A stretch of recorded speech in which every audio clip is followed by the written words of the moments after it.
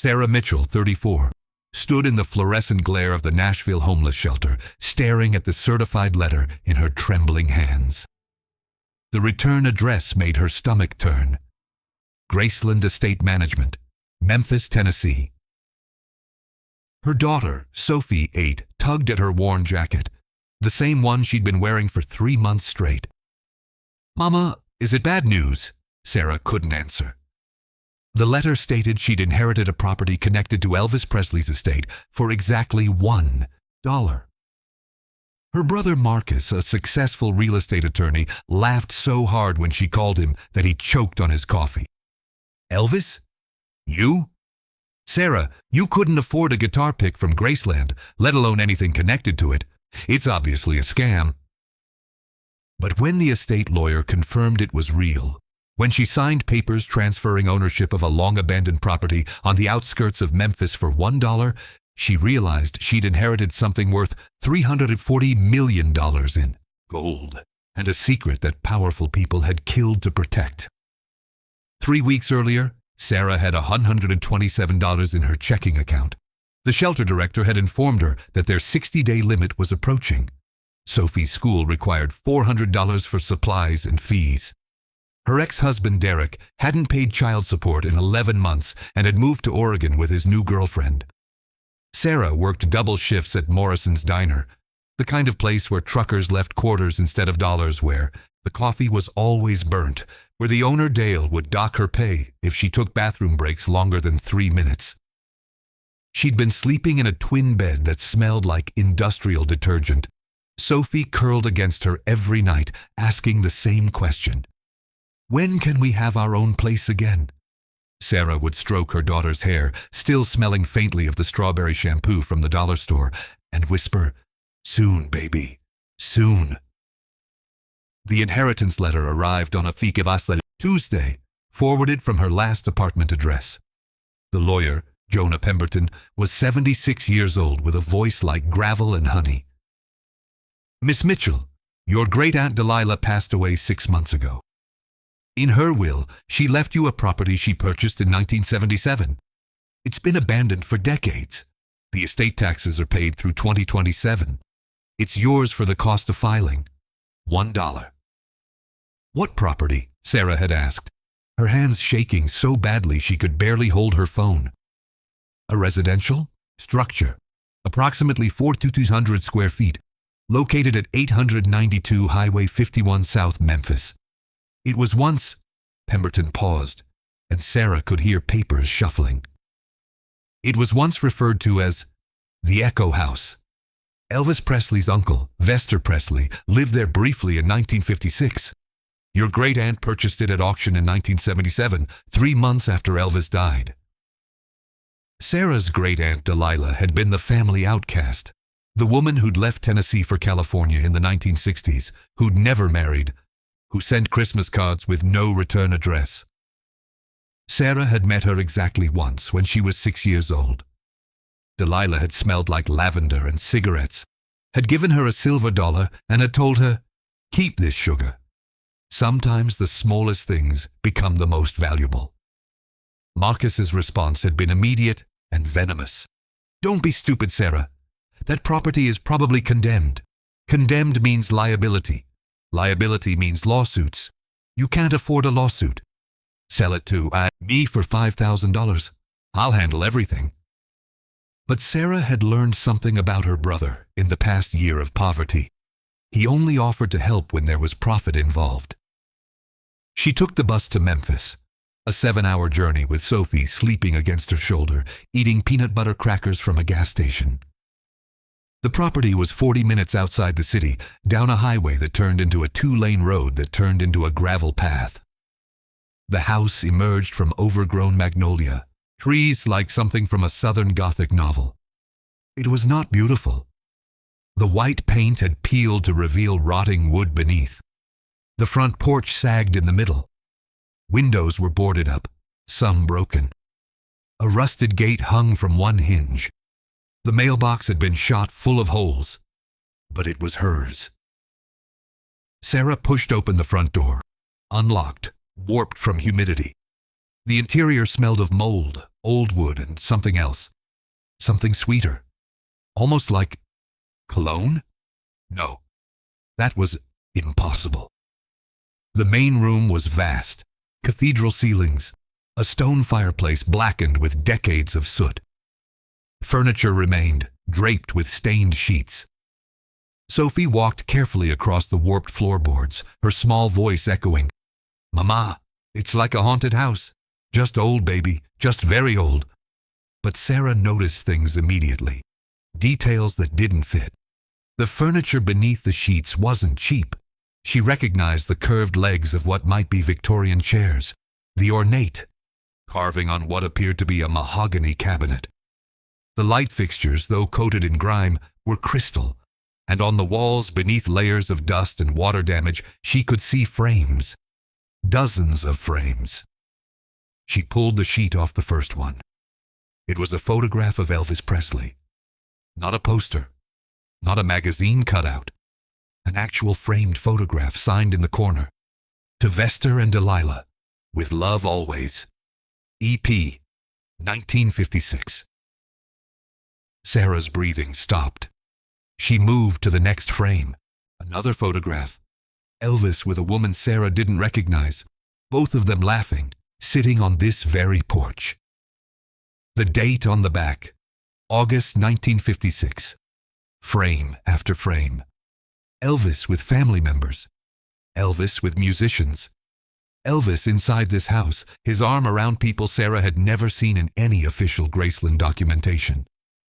"Mama, there's a door here," Sophie called from the hallway.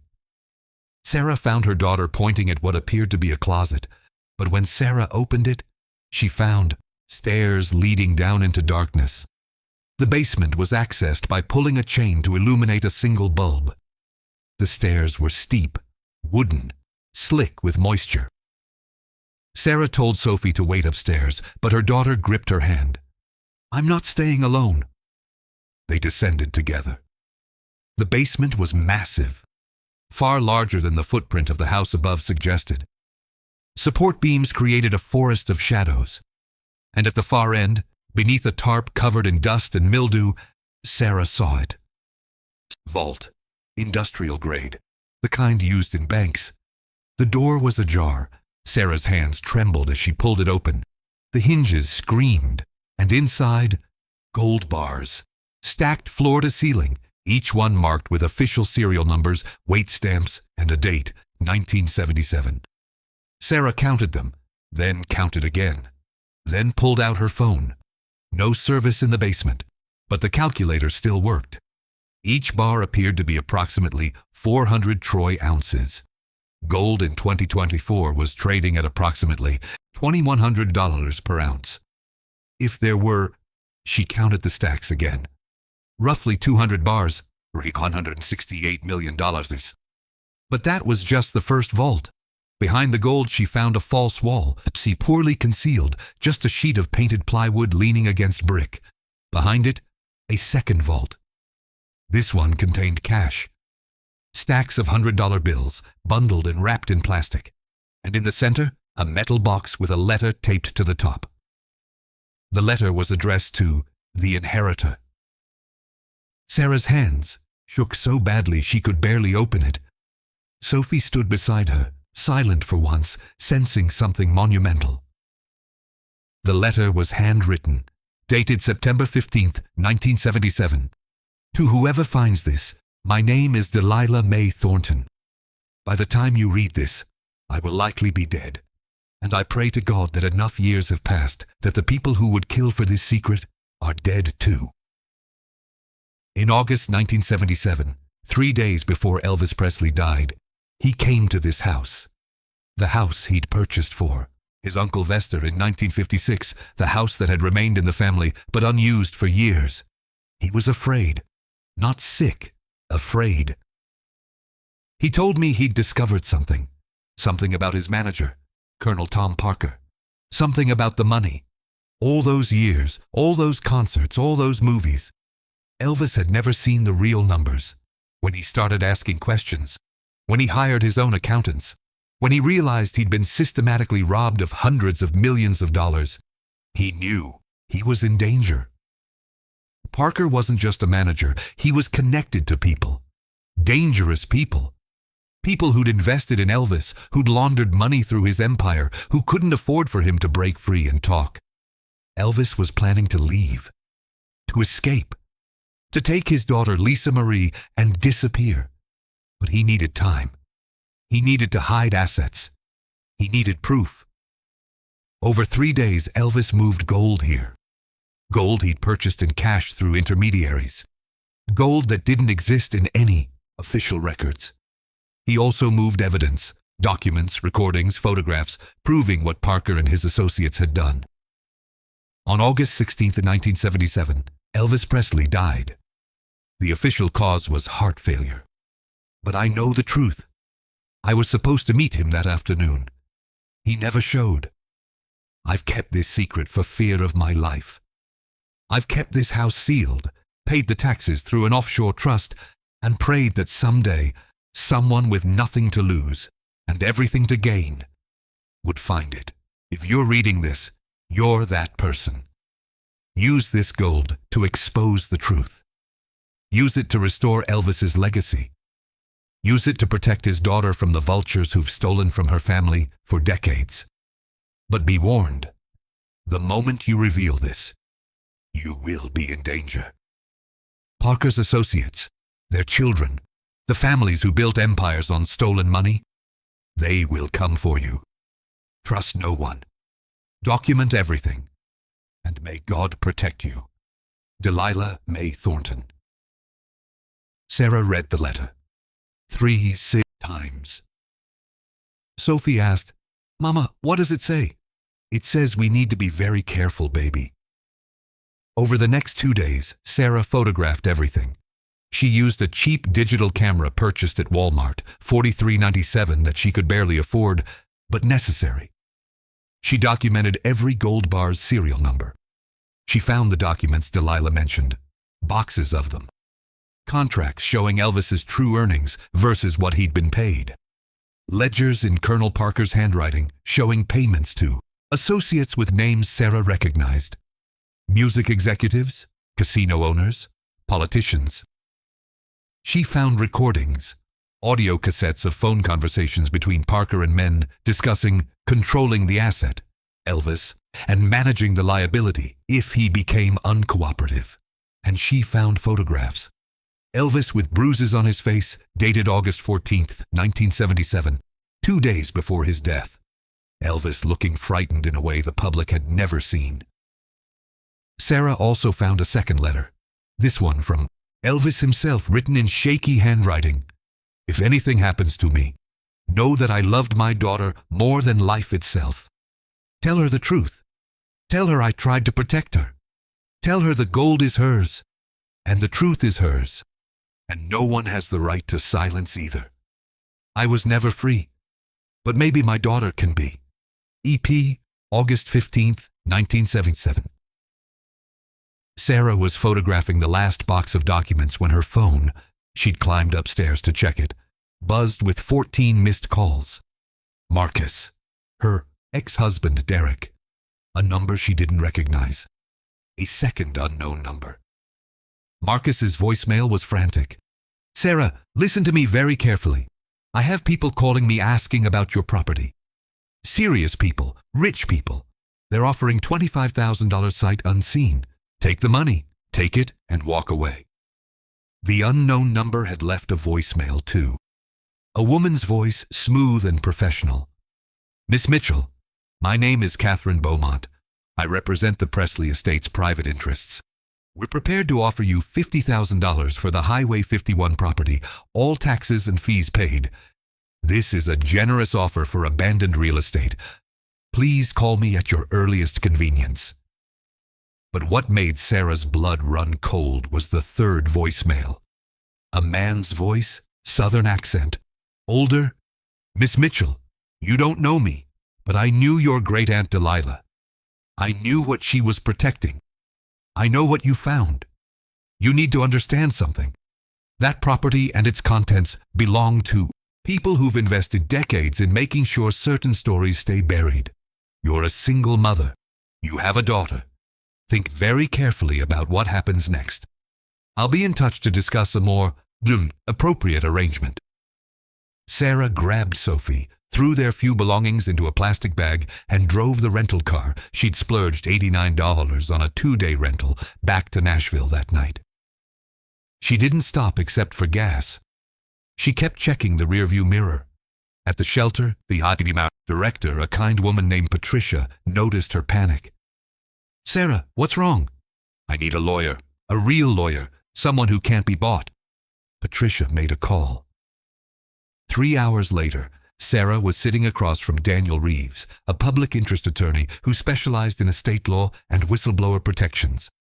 She told him everything, showed him the photographs on the camera. Daniel's face went pale. "Sarah, if even half of this is verifiable, you're not sitting on an inheritance. You're sitting on one of the biggest scandals in music history. The Presley estate alone is worth over $100 million annually. If you can prove that Elvis was systematically defrauded and that his death was suspicious, the legal implications would be—" "What about the gold?" Sarah asked. "Is it legally mine?" Daniel reviewed Delilah's will, the property transfer documents, the estate papers. "Yes, your great-aunt purchased the property legally. Anything on that property is yours. But—" he hesitated. "But possession and legal ownership are two different things when people with resources want what you have." Over the next week, the offers escalated. $75,000 from Catherine Beaumont, $150,000 from a private collector, $300,000 from an anonymous buyer delivered via certified check to the shelter with a note, "Final offer. Accept within 48 hours or face litigation for property damages and estate fraud." Marcus showed up in person, his expensive suit, looking absurd in the shelter's common room. "Sarah, for once in your pathetic life, be smart. These people are offering you more money than you've ever seen. Take it, and give Sophie a real future." Sarah looked at her brother, at his Rolex, his smugness, his complete lack of understanding. "Did you ever wonder why Aunt Delilah left this to me and not you, Marcus? She left it to the one person in this family who might actually do the right thing with it." "The right thing," Marcus laughed. "Sarah, you're living in a homeless shelter. You work at a truck stop diner. You don't have the luxury of doing the right thing. You have a daughter to feed." "Get out," Sarah said quietly. Marcus leaned close. "They're going to destroy you. These people don't make offers 4 times. Next comes lawyers, then worse. You're playing a game you can't win." But Sarah had already made her choice. With Daniel's help, she contacted 3 entities. The Memphis Commercial, Appeal, the city's major newspaper, a documentary filmmaker named Rebecca Storms who specialized in music history conspiracies, and the FBI's Art Theft and Fraud Division. She offered them everything. The gold serial numbers, which Daniel verified as genuine through a metallurgist. The documents, the recordings, the photographs, the letters. "I want 3 things," Sarah told them. "First, I want Lisa Marie Presley to know the truth about her father. Second, I want the people who profited from his exploitation exposed. Third, I want legal protection for me and my daughter. Whatever else happens with the money, happens." The newspaper sent 3 reporters. The FBI sent 2 agents. Rebecca brought a team of 4 researchers. They descended on the Highway 51 property like archaeologists on a tomb. They verified everything. The gold was real. Exactly 204 bars, totaling 81,600 troy ounces, valued at $171.36 million at current market prices. But they also found more. Gold hidden behind a 3rd false wall, 134 additional bars, bringing the total to $283.92 million. The documents were authenticated by 3 independent historians. The recordings were verified by audio forensics experts. Colonel Tom Parker's handwriting matched. The voices on the tapes matched known recordings of Parker and his associates. And the photographs? The photographs of Elvis, bruised and frightened, dated 2 days before his death, were verified as authentic by experts who'd spent decades studying his image. Then the second vault's contents emerged. Cash. 56.4 million in hundreds, still crisp, wrapped in plastic. Total, 340.32 million. The story broke on a Monday morning. Elvis Presley's hidden fortune and alleged murder. New evidence emerges from abandoned Tennessee property. The world exploded. Within 24 hours, the property was surrounded by news vans. Sarah and Sophie were moved to a secure location by the FBI. Catherine Beaumont was revealed to be a lawyer representing the Parker family estate, Colonel Tom Parker's grandchildren, who'd inherited his wealth. The anonymous offers had come from 3 sources: a music executive whose father had been Parker's partner, a casino mogul whose empire was built on loans made through Elvis's earnings, and a politician whose grandfather had received campaign contributions from Parker's associates. All 3 were now under federal investigation. Lisa Marie Presley released a statement. "I always knew my father was afraid in his final days. I always knew something was wrong. This evidence confirms what our family suspected but could never prove. I'm grateful to Sarah Mitchell for her courage in bringing the truth to light, and I look forward to working with authorities to ensure justice for my father's legacy." The Presley estate's attorneys initially challenged Sarah's ownership, but Daniel Reeves had prepared meticulously. Every document was ironclad. Delilah had purchased the property legally. Sarah had inherited it legally. The contents were hers. The attorneys pivoted. They wanted to partner. Lisa Marie herself called Sarah. "I don't want the gold," Lisa Marie said, her voice thick with emotion. "I don't need it. But I need the truth to be told. I need my father's story corrected. Will you work with me to create a foundation in his name? To expose exploitation in the music industry? To help artists protect themselves from predators like Parker?" Sarah agreed. But the real danger came 2 weeks after the story broke. Sarah was walking Sophie to the temporary school the FBI had arranged, a small private academy in a Nashville suburb, when a black SUV pulled alongside them. The window rolled down. A man Sarah recognized from one of the Parker family photographs smiled at her. "Miss Mitchell, we need to talk." "I have nothing to say to you," Sarah said, pulling Sophie closer. "I think you do. You see, you've created a problem, a very expensive problem. My family's reputation is destroyed. Our businesses are under investigation. Our assets are being frozen, all because of some old documents and conspiracy theories." "They're not theories. They're facts." The man's smile vanished. "Facts can be disputed. Witnesses can be discredited. Single mothers with histories of poverty and bad decisions can be made to look unstable. Think about what a prolonged legal battle would do to Sophie. Think about what media scrutiny does to children." Sarah's vision went red. She pulled out her phone. Daniel had insisted she carry it at all times with a recording app running. "You just threatened my daughter on tape. The FBI is copied on every recording this phone makes. You have approximately 3 minutes before agents arrive." The man's face went white. The SUV sped away. Agents arrived in 2 minutes. The man was arrested 6 hours later at Memphis International Airport, attempting to board a Eva private plane to the Cayman Islands. His phone contained texts coordinating the intimidation, including discussions of permanently resolving the Mitchell problem. The arrests expanded. 5 people associated with the Parker estate and its beneficiaries. 2 journalists who'd been paid to write discrediting stories about Sarah. 1 private investigator who'd been surveilling the shelter. The trial began in April. Sarah testified for 3 days. She brought the letters, the photographs, the recordings. She brought Elvis's handwritten note. She brought Delilah's warning. The jury deliberated for 47 minutes. Guilty on all counts: conspiracy to commit fraud, witness intimidation, attempted extortion. The Parker estate's assets, worth approximately $127 million, were frozen pending civil litigation from the Presley estate. 3 of the conspirators received prison sentences ranging from 4 to 12 years. Sarah's life transformed, but not in the way people assumed. She didn't keep the full $340 million. She couldn't. Morally, emotionally, practically. Working with Lisa Marie and Daniel, she structured the fortune this way. $150 million to the Elvis Presley Foundation for Artist Protection, a new nonprofit dedicated to preventing exploitation of musicians through free legal services, financial literacy education, and industry oversight.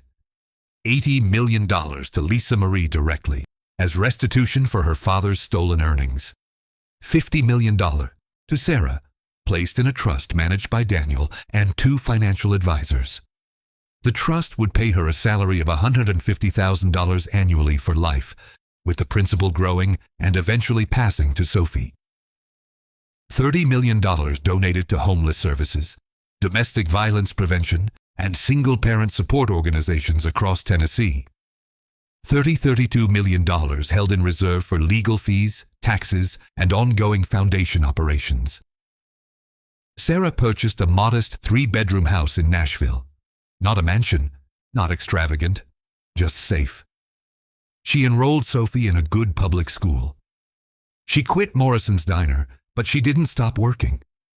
She became the executive director of the Artist Protection Foundation, earning $150,000 not from the gold, but from the foundation's operational budget. She kept 3 things from the property: Elvis's handwritten letter to Lisa Marie, which she framed and hung in her office; Delilah's warning letter, which she read whenever she doubted her choices; and a photograph of Elvis sitting on the porch of the Highway 51 house, smiling genuinely, looking free. The property itself became a museum, the Echo House Truth Center, dedicated to telling Elvis's real story and educating visitors about exploitation in the entertainment industry. Sarah donated the property to the foundation. On the 1-year anniversary of finding the vault, Sarah stood on that same porch with Sophie, Lisa Marie, and Daniel. Reporters gathered for the museum's opening. Someone asked Sarah if she regretted not keeping more of the money. "I kept exactly what I needed," Sarah said. "A home for my daughter, meaningful work, the knowledge that I helped correct a terrible injustice. Elvis died trying to protect truth and his daughter. I got to finish what he started. How could I regret that?" Lisa Marie embraced her. "My father would be grateful. I know Aunt Delilah is." Sophie tugged Sarah's sleeve. "Mama, can I tell people now? About finding the vault?" Sarah smiled. "You can tell them anything you want, baby." Sophie turned to the nearest reporter, her 8-year-old voice clear and confident. "My mama is the bravest person in the world. She was scared, but she did the right thing anyway. That's what heroes do." The footage went viral. Not for the gold, not for the scandal, but for that simple truth from a child who'd watched her mother choose integrity over ease. Sarah Mitchell, who'd once had $127 in her checking account, who'd been mocked by her own brother, who'd lived in a shelter with her daughter, had done something remarkable. She'd inherited $340 million in gold and secrets, and she'd transformed it into justice. The gold didn't make her rich. The choice did. 18 months later, the Artist Protection Foundation had helped 247 musicians renegotiate predatory contracts, recover $32 million in stolen earnings, and prosecute 14 cases of management fraud. The Echo House Truth Center received 50,000 visitors in its first year. And Sarah Mitchell, once homeless, once desperate, once dismissed, had become one of the most respected advocates in the music industry. She still lived in that modest 3-bedroom house, still drove a used Honda, still shopped at Target. The difference was choice. She lived simply because she wanted to, not because poverty demanded it. And every night, when she tucked Sophie into bed, she thought about Delilah's words. Sometimes the smallest things become the most valuable. A $1 inheritance had given her something worth more than gold: the power to change lives, expose truth, and prove that courage matters more than circumstances. Elvis's legacy was restored. Lisa Marie found peace. Artists were protected, and Sarah and Sophie were free. Have you ever been given something that seemed worthless but changed everything? Have you ever had to choose between easy money and difficult truth? Share your story in the comments below. And if this journey of courage and justice inspired you, subscribe for more stories of ordinary people doing extraordinary things. Because sometimes, the smallest inheritance unlocks the biggest transformation, and the real treasure isn't what you find, but what you choose to do with it.